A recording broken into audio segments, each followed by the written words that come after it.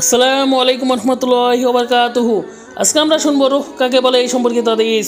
হযরত আব্দুল্লাহ ইবনে মাসউদ রাদিয়াল্লাহু তাআলা আনহু বর্ণনা করেন, তিনি বলেন, একবার আমি হুজুর সাল্লাল্লাহু আলাইহি ওয়াসাল্লামের সাথে মদিনার এক জনশূন্য স্থানে চলছিলাম। তার হাতে লাঠি হিসেবে একখানা খেজুরের ডাল ছিল। এমন অবস্থায় তিনি একদল ইহুদির কাছ দিয়ে যাচ্ছিলেন। তখন তারা এক অন্যকে বলতে লাগলো, আত্মা রূহ কী বস্তু সে বিষয়ে তাকে প্রশ্ন করো। এক ব্যক্তি বলল, তাকে কোনো প্রশ্ন করো না, হয়তো তিনি ওই প্রশ্নের এমন উত্তর দেবেন যা তোমার পছন্দ হবে না। অন্য ব্যক্তি বলল, আমি অবশ্যই তাকে প্রশ্ন করব। তারপর এক ব্যক্তি বলল, হে আবুল কাসেম সাল্লাল্লাহু আলাইহি সাল্লাম, রূহ কী জিনিস? তার প্রশ্ন শুনে রাসূল পাক সাল্লাল্লাহু আলাইহি সাল্লাম নিশ্চুপ হয়ে গেলেন। হযরত ইবনে মাসউদ রাদিয়াল্লাহু তাআলা আনহু বলেন, আমি রাসূল পাক সাল্লাল্লাহু আলাইহি সাল্লামের অবস্থা দেখে বুঝতে পারলাম নিশ্চয়ই হুজুর সাল্লাল্লাহু আলাইহি সাল্লামের উপর ওহী নাজিল হচ্ছে।